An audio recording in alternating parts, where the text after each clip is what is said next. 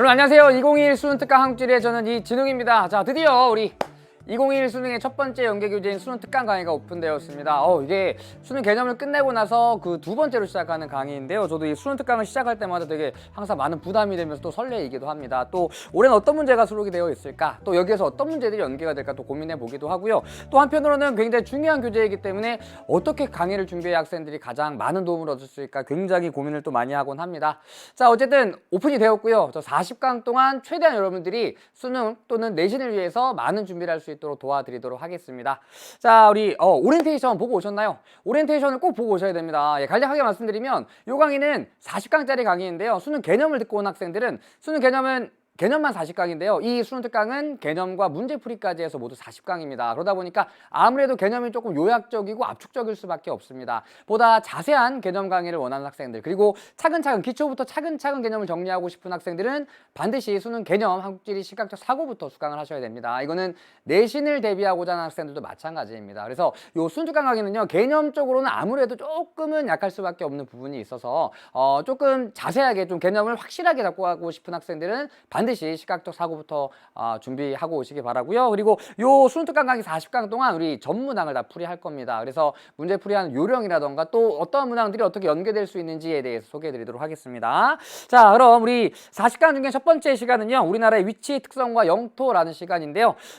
두 개의 강의로 나눠서 살펴보도록 하겠습니다. 오늘은 첫 번째 시간으로 우리나라 위치 살펴보고요. 그리고 넘어가서 두 번째 주제가 이제 7페이지에 우리나라 영역이 두 번째 주제인데요. 요거는 다음 시간에 살펴볼 거고요. 넘어가서 9페이지에 독도 그리고 동해까지 살펴보도록 하겠습니다. 그리고 오늘은 총 4문항을 풀이할 건데요. 기본 문제 1번과 4번, 그리고 실전 문제 1번과 2번 이렇게 4문항 풀이해 보도록 하겠습니다. 전반적으로 개념 살펴보고요. 그리고 이 개념과 관련된 문항들 기본 문제와 실전 문제 풀이하면서 한 강을 이렇게 마무리 짓도록 하겠습니다. 자, 그럼 6페이지 우리나라 위치 특성과 영토. 자, 수능 특강 첫 번째 강의 시작해 보도록 하겠습니다. 자, 오늘도 역시 인사드리고 시작할게요. 자, 함께 인사해요. 오늘도 최선을 다하겠습니다. 자, 첫 번째 주제는 우리나라의 위치라는 주제입니다. 그 위에 보시면 위치의 특성과 종류라고 나와 있는데요. 이 내용은 그렇게 중요한 내용은 아니니까 한번 쭉 읽어보시기 바라고요. 정작 시험에 내신이나 수능에 나올 만한 주제는 우리나라의 위치입니다. 위치라고 하는 것은 지리의 가장 중요한 요소, 가장 기본이 되는 것이라고 생각을 할 수가 있습니다. 어떤 지역의 지리적인 특성이 이렇게 나타나는데 가장 큰 영향을 미치는 것이 바로 위치입니다. 그 얘기는 어떤 지역이 어디에 위치하고 있기 때문에 어떠한 특성이 나타나느냐, 이게 바로 지리의 가장 핵심적인 개념이거든요. 자, 우리는 각 지역별로 각 지역이 어떤 곳에 위치하고 있어서 어떤 특성이 나타납니다를 학습하기 전에 일단 우리는 한국에 살고 있으니까 우리나라가 어디에 위치하고 있어서 우리나라 전체적으로 어떠한 특성이 나타납니다, 이거에 대해서 얘기를 해보려고 합니다. 자, 그럼 조금 더 세세하게 우리 파워포인트부터 정리한 다음에 교재 같이 정리해 볼게요. 자, 우리나라 위치는 크게 3가지로 나눠볼 수가 있습니다. 자, 교실에도 책상들이 배열이 되어 있고요. 그 책상에 학생들이 앉아 있잖아요. 자, 저희 이제는 지나간 벌써 작년이네요. 작년 2019년도에 제가 담임을 했던 3학년 8반 교실입니다. 여기 사물함도 새롭게 바꾸고 여기 공사도 얼마 전에 했습니다. 아주 신식으로 새롭게 깨끗해진 교실의 모습입니다. 그 책상이 배열되어 있습니다. 책상의 배열은 뭐 학급마다 또 학년마다 다를 수 있겠지만 저희 반은 이렇게 앉았습니다. 모의고사 대형이라고 흔히 얘기하죠. 자, 여기에 학생들이 앉아 있습니다.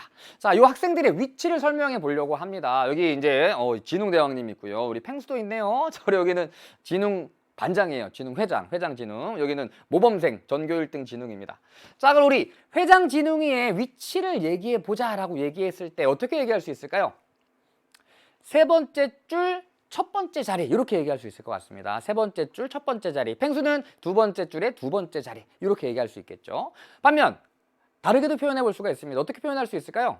교탁 앞에 이렇게 표현할 수 있을 것 같고요. 진웅대왕은 창문 옆에 이렇게 표현할 수가 있겠죠. 그리고 이 친구들 사이에 다양한 관계들이 이루어질 텐데요. 그 관계를 통해서 이 친구는 회장으로서 다른 친구들 통솔하는 역할을 해, 이런 위치에 있어, 이렇게 표현을 해볼 수도 있습니다. 이렇게 교실에 앉아있는 친구들의 위치도 다양하게 표현해 볼 수 있는 만큼 우리나라의 위치 또한 다양하게 표현할 수가 있는데요. 크게 3가지가 있습니다. 첫 번째는 수리적 위치인데요. 말 그대로 수를 이용해서 표현하는 위치입니다. 수를 이용해서 나타내는 위치. 그래서 한 나라의 위치를 표현할 때 위도와 경도를 이용해서 표현하곤 하잖아요. 그래서 첫 번째가 위도입니다. 자, 우리나라는 위도 북이 33도에서 43도 부근에 위치하고 있다라고 얘기합니다. 요 북이가 이제 북반구에 위치하고 있다는 얘기죠. 북반구 대략 33도에서 43도 사이에 위치하고 있습니다. 적도가 0도이고요. 그리고 극이 90도입니다. 중간 정도에 위치하고 있는 거죠. 그래서 우리나라를 북반구 중위도에 위치하고 있다라고 표현을 하기도 합니다.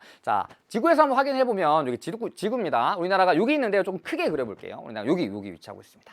자, 그럼 지구에서 적도 부근은 기후가 어떻죠? 여기는 굉장히 덥습니다. 기온이 높고 비도 굉장히 많이 내립니다. 그래서 열대기후라고 부릅니다. 그리고 열대기후 위쪽에 열대기후보다 고위도로 가면 건조기후가 나타나는데요. 세계지리 안 하는 학생들은 몰라도 괜찮습니다. 그리고 건조기후 위에 온대, 그리고 그 위에 냉대, 한대 이렇게 나타납니다. 그래서 완전히 정확한 것은 아니지만 기후라고 하는 것은 대체로 위도와 평행하게 나타나게 됩니다. 만약 우리나라가 적도 부근에 위치하고 있었다면 우리나라는 열대기후가 나타났겠죠. 그러나 우리나라는 중위도에 위치하고 있기 때문에 냉대와 온대기후가 나타나는 냉온대기후가 나타난다 이렇게 얘기하는 겁니다. 그래서 우리나라가 위도상으로 북이 33에서 43도 사이에 위치하고 있기 때문에 냉온대기후가 나타나는 겁니다. 다음 두 번째, 자, 열대기후는 어떤가요? 열대기후는 여름에 되게 덥죠. 겨울은 있나요? 열대기후 겨울?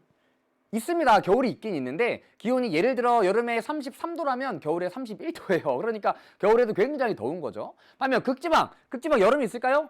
있습니다. 긴 겨울 끝에 아주 짧은 여름이 찾아옵니다. 반면 우리나라는 물론 최근에는 봄과 가을이 거의 사라져 가고 있지만 그래도 열대기후나 한대기후보다는 그나마 봄, 여름, 가을, 겨울이 뚜렷합니다. 그래서 사계절의 변화가 상대적으로 뚜렷한 나라입니다. 그래서 뚜렷한 사계절이 나타나는 것 또한 우리나라가 북반구 중위도에 위치하고 있기 때문입니다. 다음 세 번째. 자, 봄이 되면 중국 쪽에서 우리나라로 불청객이 찾아옵니다. 막 공기가 막 탁해지면서 하늘이 뿌얘지게 되죠.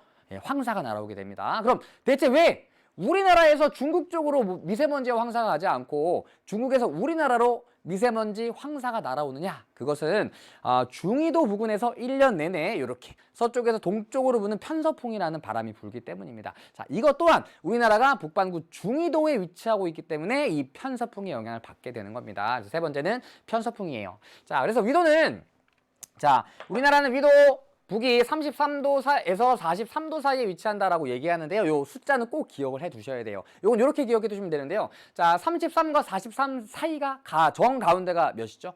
38입니다. 우리 군사분계선, 우리 휴전선이라고 부르는 군사분계선이 38선이라고 불리잖아요. 이게 38도선을 기준으로, 38도를 기준으로 그어졌기 때문에 38선이라고 부르는 겁니다. 그래서 38선을 기억해 두시면 여기에다가 5를, 3을, 아니죠, 다시요. 5를 빼주고 5를 더해주면은 33에서 43을 기억해 둘 수가 있습니다. 그래서 위도상으로는 북이 33에서 43도 사이에 위치한다. 그래서 이러한 특징들이 나타나게 된다. 다음 두 번째. 자, 위도가 지구를 가로로 나눈 것이라면 두 번째 경도는 지구를 세로로 나눈 것이라고 생각하면 됩니다. 그래서 세로로 선을 그어서 각각의 경선들이 본초 좌우선과 이루는 각을 경도라고 하는데요. 자, 이때 경도를 붙일 때 기준이 되는 곳이 바로 여기에요. 영국입니다. 영국. 그래서 영국을 지나는 이 경선을 본초 좌우선이라고 하고 여기가 경도의 값이 0입니다. 반면 정반대쪽, 얘는 180도 선이고요. 얘는 날짜 변경선이라고 부릅니다. 실제는 일자가 아니고요. 이렇게 살짝 휘어져 있는데요. 그냥 편의상 일자로 그렸습니다. 그래서 본초 좌우선이 0도, 그리고 이쪽이 날짜 변경선 180도, 그리고 이 본초 좌우선을 기준으로 동쪽을 동경이라고 부르고요. 본초 좌우선을 기준으로 서쪽을 서경이라고 부릅니다. 그래서 동반구라고 부르고 동경을 붙여주고요. 서반구에 서경의 경도를 붙여주는 겁니다. 우리나라는 본초 좌우선의 동쪽에 위치해서 그러니까 동반구에 위치하고 있고요. 우리나라는 동경 124에서 132도 사이에 위치하고 있습니다. 여기 즈음에 위치하고 있으니까요. 그래서 본초 좌우선보다 동쪽에 위치하고 있으면서 경도는 대략 동경 124에서 132도 사이 즈음에 위치하고 있습니다. 자, 그럼 경도는 무엇과 관련이 있을까요?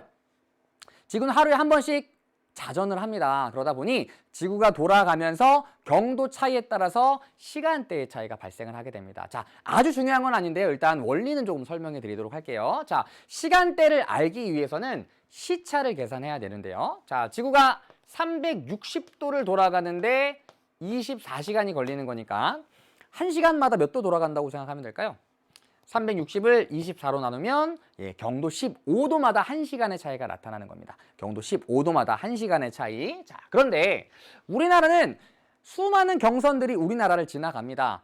영국과의 시간 차이를 구하려고 할 때 어떤 경선을 기준으로 하느냐에 따라서 당연히 시간 차이가 달라지겠죠. 경선의 값이 달라지니까. 이때 기준이 되는 경선을 하나 정하는데요. 그것을 표준 경선이라고 얘기합니다. 우리나라는 표준 경선을 동경 135도선을 사용을 합니다. 그래서 실제 우리나라는 124에서 132도 사이에 위치하고 있는데 우리나라를 지나지 않는 동경 135도선을 표준 경선으로 사용을 해요. 그리고 일본 또한 표준 경선을 동경 135도선을 사용을 합니다. 그러니까 표준 경선은 쉽게 얘기하면은 시간 계산의 기준이 되는 경선이라고 생각하면 되고요. 우리나라는 계산을 편하게 하기 위해서 동경 135도선을 표준 경선으로 사용한다라고 생각하시면 됩니다. 왜 그러냐면 요 135를 15로 나누면 135를 15로 나누면 9로 떨어지잖아요. 그러니까 시간 계산이 보다 쉬워지는 거죠. 그래서 우리나라는 시간 계산의 기준이 되는 표준 경선을 동경 135도선을 사용을 하게 된다. 그리고 표준 경선을 동경 135도선을 사용한다는 것은 태양이 동경 135도선 위에 위치했을 때 우리나라가 12시라는 얘기입니다. 반대로 12시에 태양이 동경 135도에 위치하는 경선을 시간대를 사용한다. 이렇게 표현을 하기도 합니다. 자, 그래서 이거를 바탕으로 시간 차이를 한번 구해 볼게요. 영국과의 시간 차이를. 자, 영국은 0도를 표준 경선으로 사용을 하고 우리나라는 동경 135도를 표준 경선으로 사용을 합니다. 그럼 몇 시간 차이죠? 네, 아까 얘기했듯이 9시간 차이가 됩니다. 영국과 우리나라는 9시간의 시간 차이가 나타납니다. 자, 그런데 과연 영국과 우리나라 중에 누가 더 시간이 빠를까요? 자, 아침을 먼저 맞을까요? 라고 표현하면 더 쉬울 것 같은데요. 아침을 누가 더 먼저 맞을까요? 우리나라가 먼저 맞습니다. 왜냐면 지구는 서해에서 동으로 돌아가기 때문에. 자, 그럼 볼게요. 자, 태양이 여기 동경 또는 동경 135도와 동경 180도와 서경 180도가 같은 지점이거든요. 자, 어쨌든 날짜 변경선에 태양이 위치하게 되면 요 날짜 변경선을 표준 경선으로 사용하는 곳이 12시가 되는 거예요. 그리고 나서 지구가 돌아갑니다. 서에서 동으로 돌아갑니다. 자, 그럼 태양이 여기 위치하게 되겠네요. 그럼 동경 135도에 태양이 위치하니까 이때 우리나라가 12시가 되는 겁니다. 그리고 태양이 또 지구가 또 돌아갑니다. 돌아가면서 이번엔 태양이 여기에 위치하게 되는 거죠. 본초 좌우선에. 그럼 본초 좌우선에 태양이 위치할 때 12시가 되는 곳은 영국이 되는 거죠. 영국이 12시가 됩니다. 자, 그럼 우리나라가 12시가 되고 나서 몇 시간이 지난 다음에 영국이 12시가 되는 거죠? 네. 135도 차이니까 9시간이 지난 다음에 영국이 12시가 됩니다. 자, 그럼 우리나라는 12시가 되고 나서 다시 9시간이 흐른 상태니까 21시가 되는 거죠. 그래서 우리나라는 영국보다 12시도 먼저 되고 아침도 먼저 된다. 그래서 시간이 빠르다라고 얘기합니다. 그래서 이렇게 정리할 수가 있습니다. 우리나라는 영국보다 9시간 빠른 시간대를 사용을 한다라고 얘기합니다. 자, 결론만 아시면 돼요. 과정은 이해를 하면 좋고 이해를 혹시나 못하더라도 괜찮습니다. 결론만 아시면 됩니다. 자, 그런데 한국지리에서 더 중요한 것은 이겁니다. 자, 그럼 아까 얘기했듯이 우리나라는 영국보다 동쪽에 위치하고 있습니다. 그리고 동쪽에 위치하고 있어서 영국보다 9시간이 빠르대요. 우리나라랑 영국을 비교하면 누가 더 해가 빨리 뜰까요? 우리나라. 누가 더 해가 먼저 질까요? 우리나라가 먼저 집니다. 해가 먼저 떠서 먼저 지게 되는 거죠. 자, 그럼 이렇게 정리할 수가 있습니다. 어디에 위치할수록 시간대, 일출시각, 일몰시각이 빠르다라고 정리할 수가 있을까요? 동쪽에 위치할수록. 자, 이건 꼭 기억해 두셔야 돼요. 동쪽에 위치할수록 시간대와 일출시각, 일몰시각이 빠릅니다.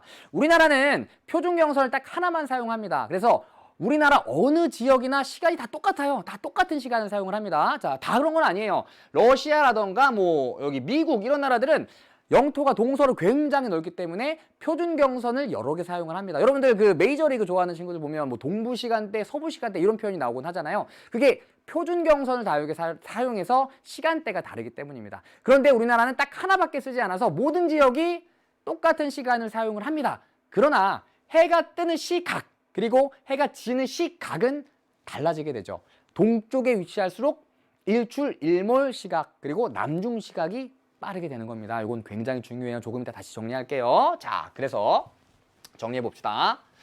자, 우리나라는 북위 33에서 43도 사이에 위치합니다. 북반구 중위도라고 표현하기도 하고, 자, 여기에 위치하기 때문에 사계절의 변화가 뚜렷하고요. 냉온대 기후가 나타납니다. 그리고 하나 더 정리해보자면 편서풍의 영향을 받습니다.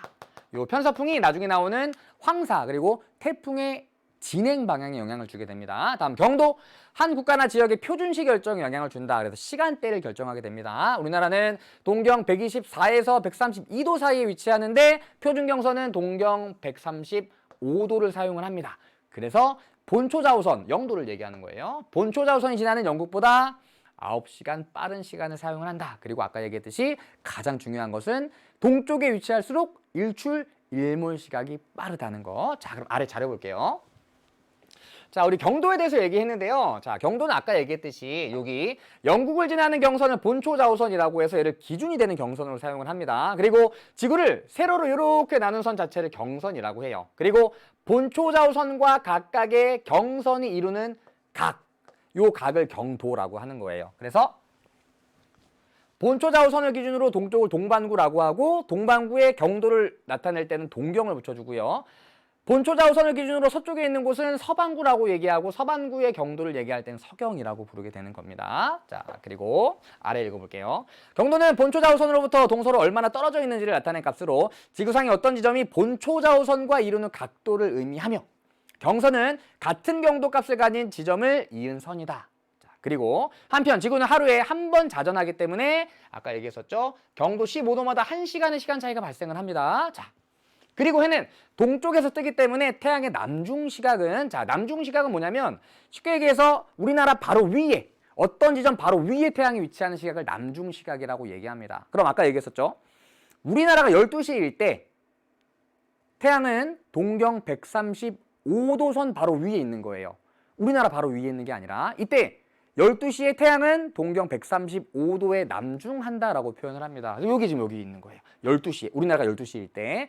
그러다가 우리나라에 울릉도와 독도 빼고 한반도 육지 부근의 정 가운데를 지나는 경선이 동경 127도 30분 선이거든요. 자, 그런데 이거 이렇게 읽습니다. 동경 127도 30분이라고 읽는데요. 1도는 60분이에요. 1도는 60분. 그러면 30분은 1도의 절반이 되는 거죠. 그러면 요 계산해 보면 동경 135도와 동경 120도 30분은 7도 30분 차이입니다.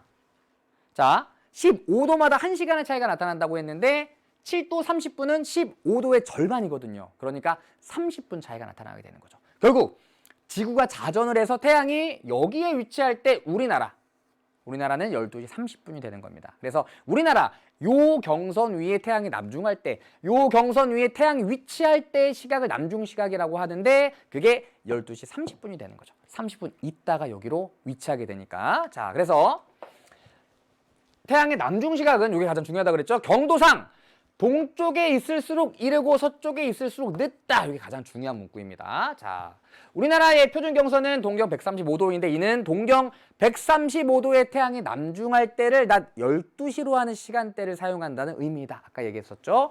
동경 135도의 태양이 남중할 때를 낮 12시로 하는 시간대를 사용한다. 자, 따라서 우리나라를 지나는 경선인 동경 127도 30분의 태양이 남중할 때 시각은 동경 135도의 태양이 남중하는 시각보다 30분이 늦은 12시 30분이 된다는 겁니다. 여기까지 꼭 이해를 해 두셔야 돼요. 자, 그리고 보조단으로 가면 우리나라의 4극이 나오는데요. 이건 아주 중요합니다. 우리나라의 4극. 자, 4극은 가장 끝에 있는 지점들을 얘기합니다. 자, 동서남북으로 방위를 표현할 수 있잖아요. 동쪽 끝, 서쪽 끝, 남쪽 끝, 북쪽 끝, 이것들을 4극이라고 표현하는 거예요. 다른 말로는 다시요. 가장 북쪽에 있는 곳을 극북이라고 표현하고 여기를 극동, 여기를 극남, 극서라고 표현을 합니다. 자, 그래서 우리나라의 가장 서쪽. 자, 일단 헌법상으로는 남한과 북한 한 나라이기 때문에 한반도 전체를 기준으로 합니다. 자, 가장 서쪽에 있는 서단. 우리나라의 서단, 한반도의 서단, 요 단자가 끝 단자예요. 여러분들 치마나 바지 줄일 때 단 줄인다고 하잖아요. 끝 단자입니다. 서쪽이 끝, 그리고 다른 말로는 아까 얘기했듯이 극서라고 부르기도 합니다. 그게 여기 만도라고 불리는 곳입니다. 만도, 동경 124도 부근. 자, 다음 동쪽 끝, 동단, 여기는 극동이죠. 여기는 독도입니다. 독도. 동경 132도 부근이 되는 거죠. 그러니까 1도는 60분이라고 했는데 52분이면 거의 이제 132도에 가까운 겁니다. 극동. 그리고 극남이 마라도입니다. 마라도. 제주 남쪽에 있는 섬. 얘는 남단. 북이 33도.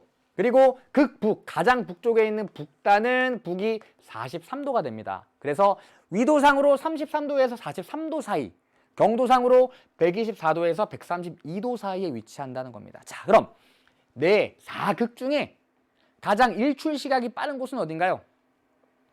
독도가 되는 겁니다. 자, 그럼 일몰 시각이 가장 빠른 곳은 어딘가요?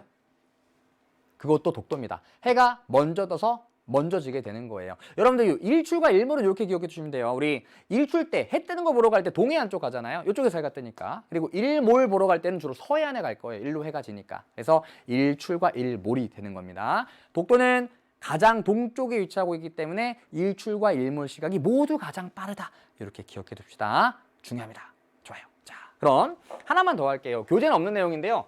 대척점이라고 하는 지점입니다. 대척점. 자, 이건 알고 갑시다. 대척점은 지구 위의 한 지점에 대하여 자, 어떤 지점이 있는데요? 지구의 반대쪽에 있는 지점. 그러니까 지구의 중심을 지나는 선을 그었을 때 정반대쪽에 있는 여기가 요 지점의 대척점, 완전히 반대쪽에 있는 지점이라고 해서 대척점이라고 부릅니다. 자, 그래서 얘는 적도로부터 똑같은 거리만큼 떨어져 있기 때문에 앞에 숫자는 같아요. 위도의 절대값은 같지만 얘는 북반구, 얘는 남반구니까 이거 지워볼게요.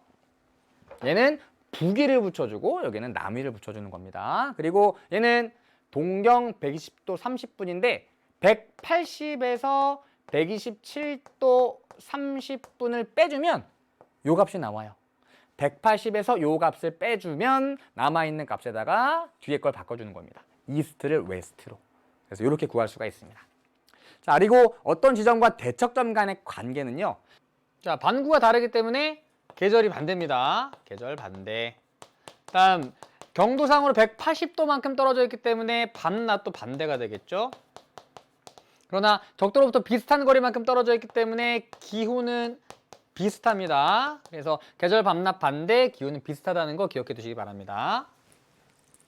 수리적 위치, 수를 이용해서 나타내는 위치, 위도와 경도 값을 어느 정도 같기 때문에 어떠한 특성이 나타난다. 이렇게 정리해 두시기 바라고요. 두 번째 위치는 지리적 위치입니다. 얘는 고정되어 있는 지형 또는 해양, 대륙 등을 기준으로 나타내는 위치를 지리적 위치라고 얘기하는데요. 우리나라의 지리적 위치는 크게 두 가지 정도로 살펴볼 수가 있습니다. 자, 볼게요. 우리나라는 아시아에 속하잖아요. 그런데 아시아와 유럽이 붙어있기 때문에 우리나라가 위치하고 있는 요 대륙을 우리 뭐라고 부르죠? 유럽과 아시아를 합쳐서 유라시아 대륙이라고 부릅니다. 자, 유라시아 대륙 중에서도 우리나라는 동쪽 해안가 쪽에 위치하고 있습니다. 반면 여기 영국은 서쪽 해안가 쪽에 위치하고 있죠. 얘를 다른 말로 이렇게 표현을 합니다. 우리나라는 유라시아 대륙의 동안에 위치한다. 동쪽 해안. 얘는 서쪽 해안에 위치한다. 자, 그런데 우리나라랑 영국은 지리적 위치가 다른 거예요. 그러니까 영국은 서쪽에 바다가 있고요. 우리나라는 동쪽에 바다가 있는 겁니다. 그런데 위도는 비슷해요. 영국 또한 온대 기후가 나타납니다. 그러니까 위도상으로, 수리적 위치상으로는 비슷한 기후가 나타나는데 지리적 위치가 다르기 때문에 또 다르게 나타나는 기후적인 특성이 있는 겁니다. 위도상으로는 중위도니까 똑같이 기후가 나타나야 될 것 같지만 지리적 위치가 달라서 또 특성이 달라지는 거예요. 그래서 우리나라가 대륙 동안에 위치하고 있기 때문에 어떠한 특성이 나타나느냐. 자, 먼저 우리나라는 대륙, 다시요. 중위도에 위치하고 있기 때문에 어떤 바람의 영향을 받는다 그랬죠? 편서풍의 영향을 받습니다. 얘도 마찬가지입니다. 중위도에 위치하고 있으니까. 자, 그런데 이 바람이라고 하는 것은 어떠한 곳을 지나느냐에 따라 성질이 달라집니다. 여러분들 어디 딱 서 있는데 그 바로 옆에 화장실이 있어요. 바람이 저쪽에서 이렇게 화장실 지나서 내 코로 들어오면 아우 똥냄새 막 이러잖아요. 바람이 화장실을 지나면서 똥냄새를 띠게 되는 거예요. 또 아주 뜨거운 불을 지나서 바람이 불어오게 되면 제가 여기 서 있는데 여기 막 불을 활활 타고 있습니다. 친구 저쪽에서 막 후 하고 불면 뜨거운 바람이 불어오겠죠. 이와 같이 바람은 어디를 지나가느냐에 따라 성질이 달라져요. 그런데 영국은 대륙 서안이기 때문에 바다를 지나오는 편서풍의 영향을 받지만 우리나라는 동안이기 때문에 육지를 지나오는 편서풍의 영향을 받는 겁니다. 그러니까 어디에서 불어오는 바람의 영향을 받느냐가 달라지게 되는 거예요. 요 지리적 차이 때문에. 자, 그런데 육지와 바다는 똑같이 열을 받더라도 뜨거워지는 정도가 다릅니다. 여러분들 여름철에 바닷가 가보면 모래사장과 바다 중에 누가 더 뜨거워요?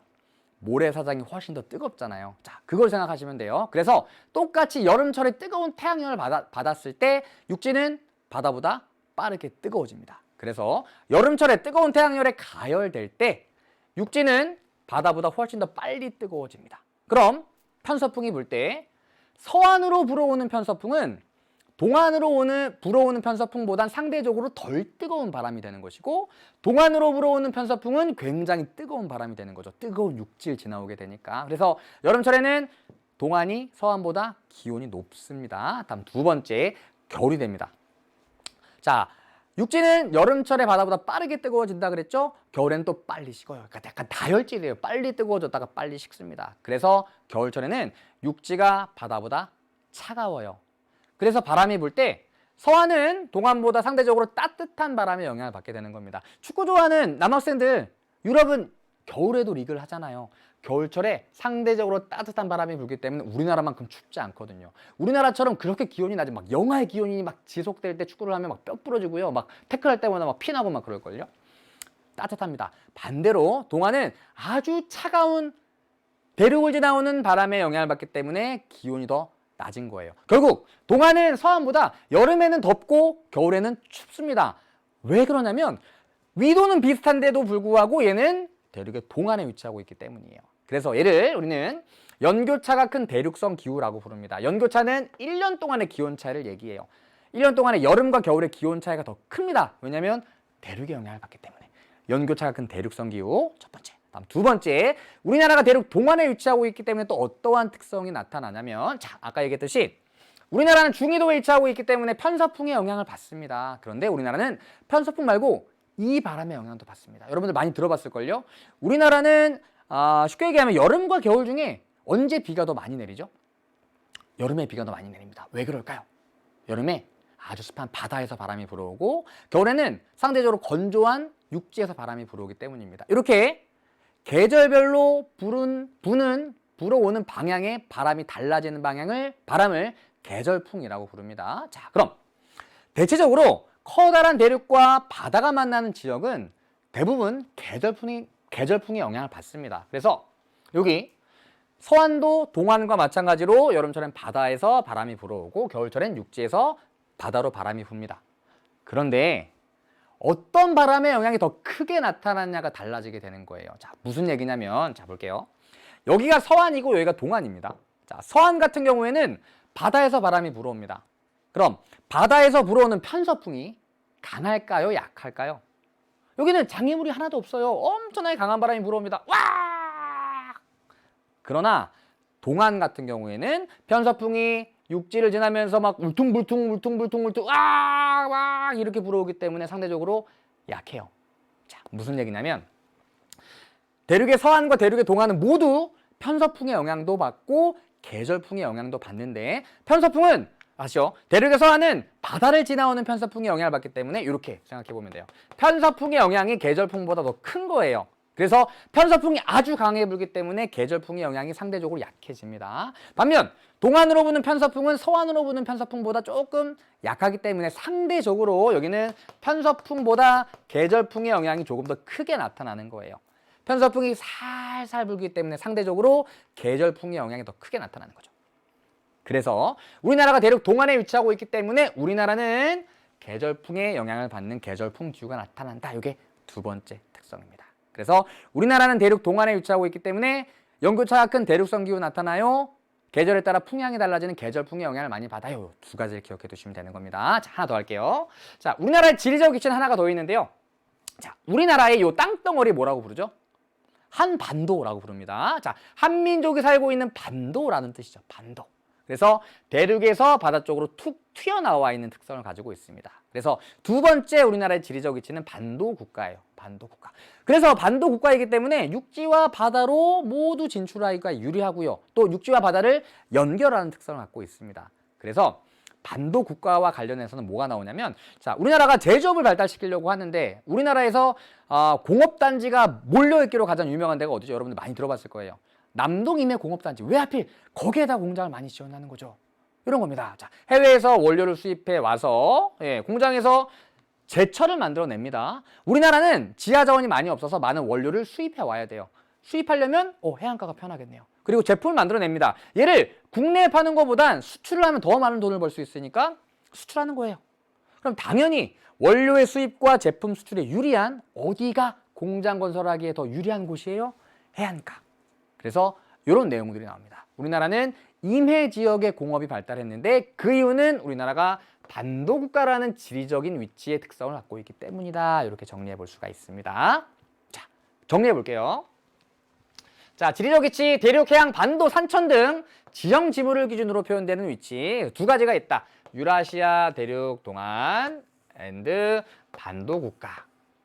그리고 대륙 동안이기 때문에 대륙성 기후와 계절풍 기후가 나타나는 거고요. 반도 국가이기 때문에 대륙과 해양 양방향으로의 진출에 유리하여 임해 지역의 공업이 발달한다.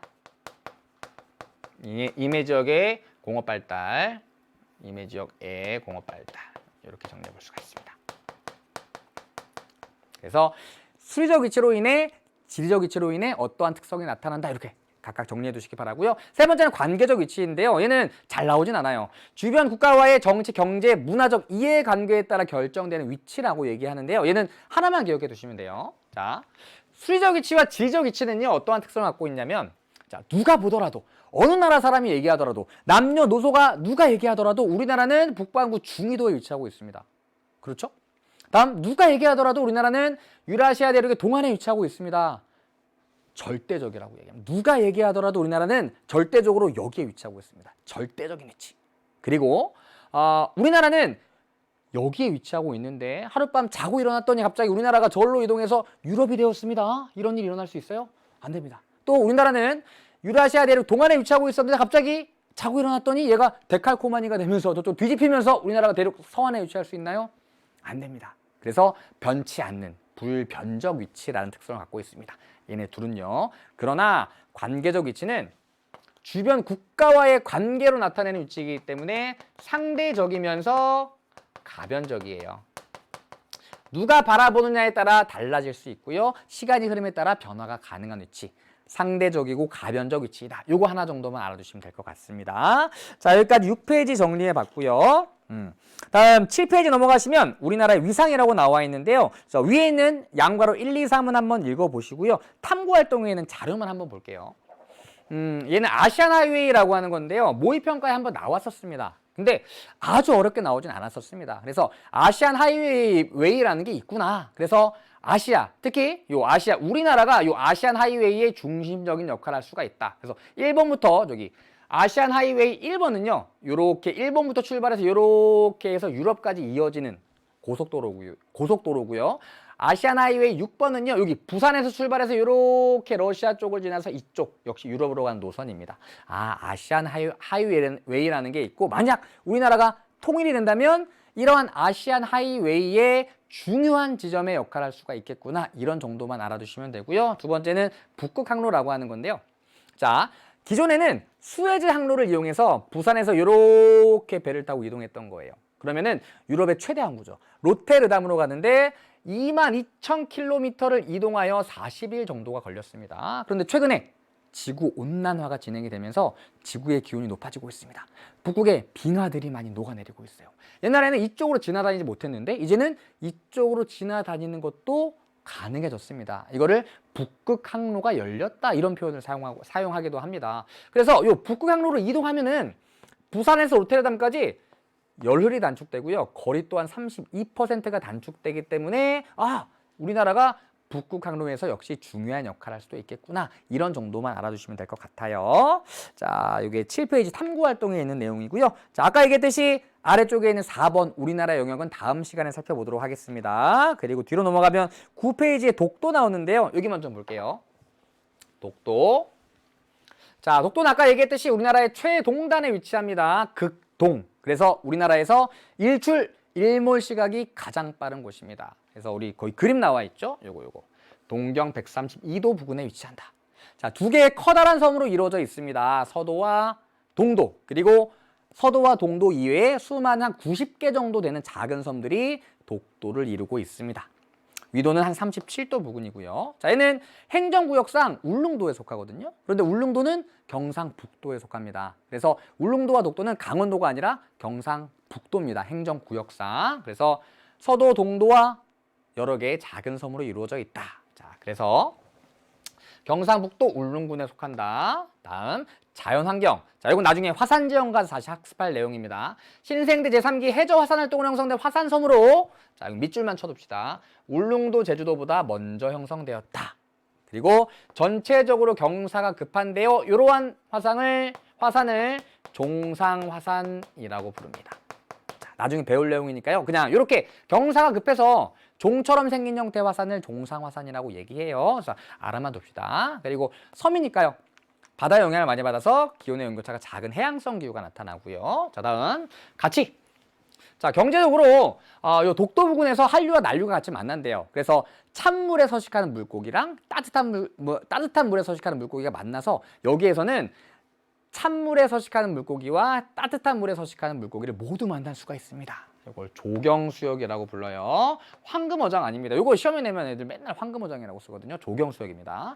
조경수역을 이루어 어족 자원이 풍부합니다. 그리고 아직 대대적으로 개발이 이루어지고 있지는 않지만 메탄하이드레이트라고 하는 불타는 얼음이라고 부르거든요. 미래 에너지 자원으로 각광을 받고 있습니다. 근데 얘가 아직 여러 가지 문제점들이 산재해 있어서 제대로 개발은 이루어지지 않고 있는데요. 어쨌든 매장이 되어 있기 때문에 그 가능성을 갖추고 있다. 자, 다음 다양한 동식물의 서식처에서 천연보호구역으로 지정이 되어 있습니다. 천연기념물 제336호예요. 자, 이건 꼭 기억해 둡시다. 천연보호구역이고 천연기념물로 지정이 되어 있다. 그러니까 천연기념물 제336호가 독도 천연보호구역 이렇게 되는 거예요. 그리고 여기다 이렇게 적어봅시다. 얘는 세계 자연유산은 아니에요. 이것도 나중에 나오는데요. 세계 자연유산은 제주도에 밖에 없습니다. 그리고 영역적 가치는 한번 읽어보시기 바랍니다. 자, 여기까지 독도 관련된 내용이었고요. 자, 밑에 동해에 관련된 내용이 나오는데요. 자, 요번에 교육과정이 바뀌면서 새롭게 추가된 내용입니다. 그런데 얘는 사실 내신이나 수능에 출제되긴 조금 어려울 것 같아요. 그래서 여기 나와 있는 내용 정도만 한번 읽어보시면 좋을 것 같고요. 자료 분석에 고지도 속의 독도와 동해라는 내용이 나와 있는데요. 요거는 문제풀이하면서 같이 살펴보도록 하겠습니다. 어쨌든 팔도 총도와 삼국 접양지도 뭐 이런 지도들이 가끔 시험에 등장하곤 합니다. 자, 오늘 여기까지 정리해 보고요. 뒤쪽에 나와 있는 오늘 학습한 내용과 관련된 문제 풀어보도록 하겠습니다. 자, 그 전에 우리 수능특강 한국지리에 브릿지 코너가 있습니다. 잠깐 쉬어가는 코너입니다. 우리 수강생들이 참여하는 코너예요. 우리나라 여러 지역들을 저와 함께 떠나보는 진짜공과 방방곡곡이라는 시간입니다. 자, 같이 떠나보죠. 진짜공과 방방곡곡.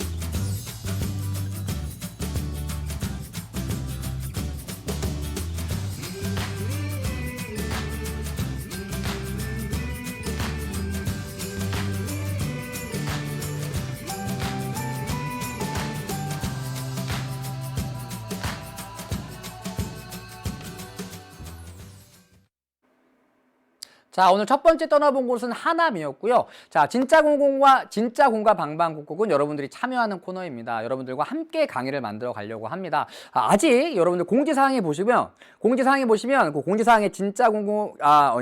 우리 동네를 소개해 주세요라고 적혀 있을 거예요. 아직 진행 중이라고 되어 있다면 참여해주세요. 여러분들 함께 강의를 만들어 갔으면 좋겠습니다.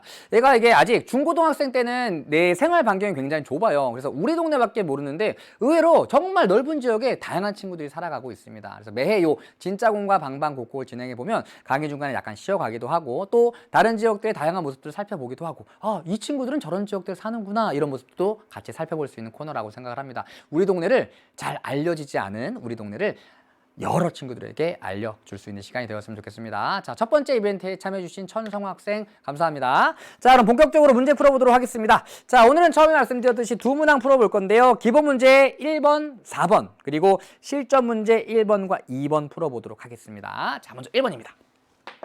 표에 기역부터 미음에 대한 설명으로 옳은 것을 고르래요. 자, 일단 기역, 니은, 디귿부터 찾아볼게요. 기역, 위도와 경도로 표현되는 위치. 수리적 위치죠. 여기다 적겠습니다. 수리적 위치. 다음 니은, 대륙이나 해양 등 지형 지물을 기준으로 표현되는 위치. 얘는 지리적 위치입니다. 다음, 주변 국가의 정치 및 경제적 관계에 따라 결정되는 위치. 관계에 따라 결정되는 위치. 얘는 관계적 위치가 되겠죠. 자, 그럼 바로 선지 볼게요. 우리나라의 지리적 위치는 유라시아 대륙 동안에 위치한 반도국으로 표현할 수 있다. 자, 지리적 위치 두 가지 기억해 두라 그랬죠. 우리나라 유라시아 대륙 동안에 위치하고 있다. 그리고 반도 국가이다. 맞네요. 정답은 1번이에요. 다음 2번. 디귿으로 인해 요 관계적 위치로 인해 우리나라는 계절풍의 영향을 많이 받는다. 아닙니다. 우리나라가 계절풍의 영향을 많이 받는 것은 어떤 위치 영향 때문인가요? 지리적 위치 영향 때문입니다. 다음 3번. 리을은, 위도는 한 국가나 지역의 표준시 결정에 영향을 준다. 아닙니다. 이것은 경도와 관련된 설명이고요. 다음 4번. 미음의 영향으로, 경도의 영향으로 우리나라는 냉온대기후가 나타난다. 이것은 위도에 대한 설명이죠. 자, 다음 기역, 니은. 수리적 위치와 지리적 위치는 상대적 위치, 디귿, 관계적 위치는 절대적 위치다. 아닙니다. 얘네 둘이 절대적 위치이면서 또 어떤 위치? 변치 않는 불변적 위치. 그리고 관계적 위치는 상대적 위치이면서 변화가 가능한 가변적 위치라고 얘기했었죠. 이 표현 꼭 기억해 두시기 바랍니다. 정답은 1번입니다. 자, 다음은 4번 문항인데요. 이 문항은 제가 아까 말씀드렸듯이 동해와 관련된 문항입니다. 수능에서는 사실 모의평가에서는 한 번 정도 나올 만할 것 같지만 수능에서는 출제될 가능성이 아직까지는 그렇게 높을 것 같지 않은데요. 내신을 준비하는 친구들도 있기 때문에 요 팔도 총도와 삼국 접양지도 정도는 알아뒀으면 좋겠습니다. 요 팔도 총도에 여기 독도가 표시되어 있다. 그리고 삼국 접양지도는 요거는 일본에서 제작된 지도입니다.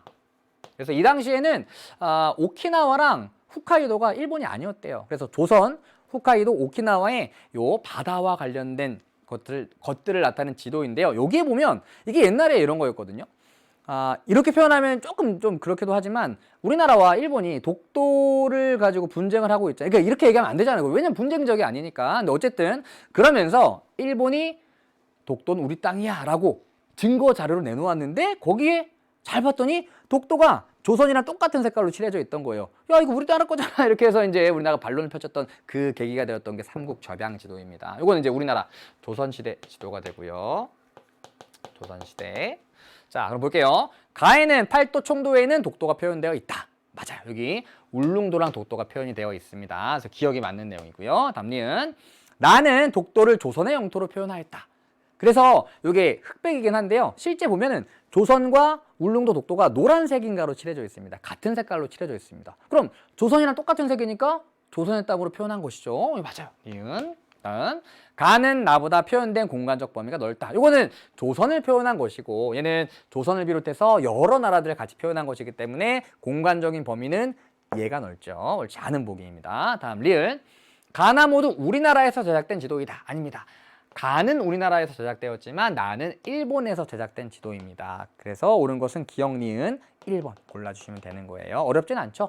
이 정도만 알아두시면 될 거예요. 아주 어렵게 나올 것 같지는 않고 이제 내신 시험이니까 가끔 서술형 문제 이런 뭐 삼국 접양 지도나 팔도 총도와 같은 용어, 지도 이름 정도는 기억해 두셔야 될 것 같습니다. 자, 다음 실전 문제로 갈게요. 1번. 다음은 학생이 작성한 노트 필기 일부래요. 가부터 다에 들어갈 옳은 내용을 보기 위해서 고르라고 합니다. 자, 볼게요. 수리적 위치, 영향, 냉온대 기후가 나타남, 그리고 가. 자, 기억, 본초 좌우선이 지나는 영국의 표준시와 9시간 차이남, 여기 들어갈 수 있죠. 얘는 경도와 관련된 내용이니까. 그러니까 가에는 기억이 들어갈 수 있고요. 자, 다음, 지리적 위치, 영향, 대륙과 해양으로 진출하기에 유리함, 그리고 디귿을 보면 여기 계절풍의 영향을 받고 기온의 온도차가 큰 대륙성 기후가 나타난다. 이것은 지리적 위치와 관련된 내용이죠. 그러니까 나에는 디귿이 들어가야 하고요. 다음 관계적 위치, 사례. 자, 니은 볼게요. 한반도의 긴장 상태가 완화되면 외국 자본의 투자 증가가 기대됨. 이것은 관계적 위치와 관련된 내용이라고 볼 수가 있습니다. 그러니까 니은. 그래서 기억, 디귿, 니은으로 골라주면 되니까요. 정답은 2번 골라주시면 됩니다. 2번. 자, 다음 실전 문제 2번 문항입니다. 자, 이런 유형의 문항이 실제 수능에 출제될 수 있을 만한 유형이고요. 내신 시험에서도 이런 유형들이 많이 나올 거라고 생각을 합니다. 자, 우리나라의 4극이에요. 그래서 여기는 극북이죠. 유원진. 나는 극서, 마한도라는 곳이고요. 다음에 다는 극동, 독도입니다. 라는 마라도, 극남. 몇 년 전에는 독도와 마라도의 특성을 비교하는 유형의 문항이 정말 많이 나왔었습니다. 근데 너무 많이 나와서 이제 낼 게 없어졌는지 최근에 독도와 마라도를 비교하는 유형의 문항은 잘 나오지 않고요. 만약 나온다면 독도, 마라도와 다른 한 지점을 같이 비교하는 이런 유형의 문항이 나오곤 합니다. 자, 선지 볼게요.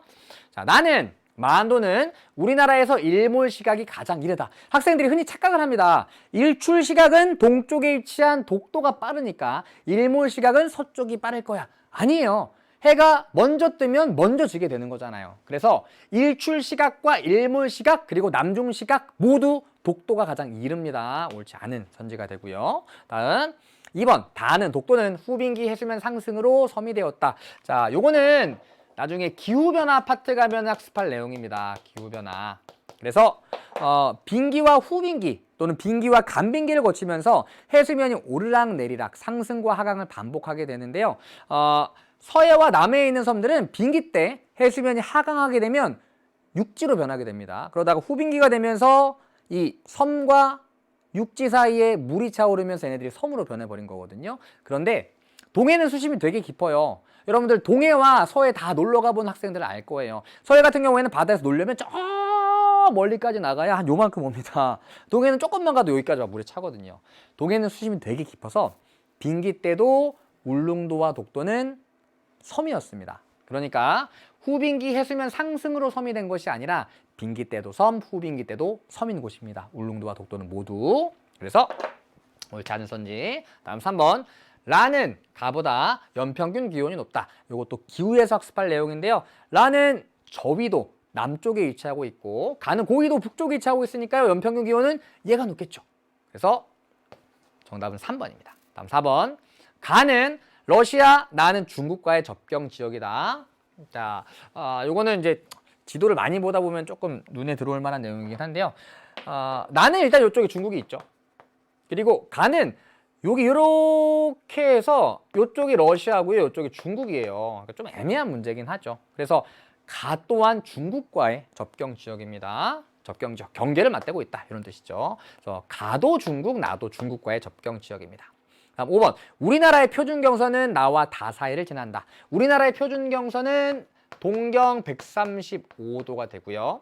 나와 다 124에서 132도 사이를 지나가지 않고 이쪽을 지나갑니다. 이쪽. 그래서 지나가지 않습니다. 옳지 않은 선지가 됩니다. 참고로 우리나라의 표준 경선이 동경 135도 선이기 때문에 동쪽에 위치할수록 우리나라의 표준 경선과 가깝습니다. 이런 내용도 알아두셨으면 좋겠습니다. 자, 오늘 준비한 내용은 여기까지입니다. 자, 오늘 수능 특강의 첫 시간이었습니다. 예, 첫 번째 주제인데 아마 처음 한국지를 접하는 친구들은 조금 어려울 수도 있을 것 같습니다. 특히나 뒤쪽의 문제가 그 뒤에 있는 내용들까지 학습했다는 전제하에 문제들을 출제하고 있기 때문에 아직은 조금 모르는 내용들이 있을 겁니다. 이런 내용들 뒤에 가면은 다 학습하면서 알아가게 될 내용이니까요. 너무 걱정하지 마시고요. 항상 복습이 중요합니다. 지리는 왜? 원리부터 차근차근 생각해 가면서 이해해 나가는 과목이니까요. 이래서 이렇구나. 우리나라 여기 위치에서 이러한 특징이 나타나는구나. 이렇기 때문에 저런 특징이 나타나는구나. 이런 것도 조금 생각해 보면서 복습해 나가셨으면 좋겠습니다. 자, 요 클로징 이후에 기선제압 OX라는 화면이 나갈 거예요. 기출선지 제압 OX입니다. 그래서 기출되었던 선지를 모아서 여러분들이 직접 O와 X를 표시해 보는 코너입니다. 클로징 이후에 나가는 화면 말고요. 제가 공지사항에도 모음을 올려놓을 테니까 여러분들이 수강 후기에 직접 작성해서 O와 X를 표시해 보면 좋을 것 같습니다. 이 내용은 제가 별도로 공지사항에 올려두도록 하겠습니다. 어쨌든 복습할 때 많은 도움이 될 거니까요. 기선제압 OX 꼭 풀어보시기 바랍니다. 고생 많으셨습니다. 저는 다음 시간 2강에서 찾아뵙도록 하겠습니다. 기선제압 OX 주세요.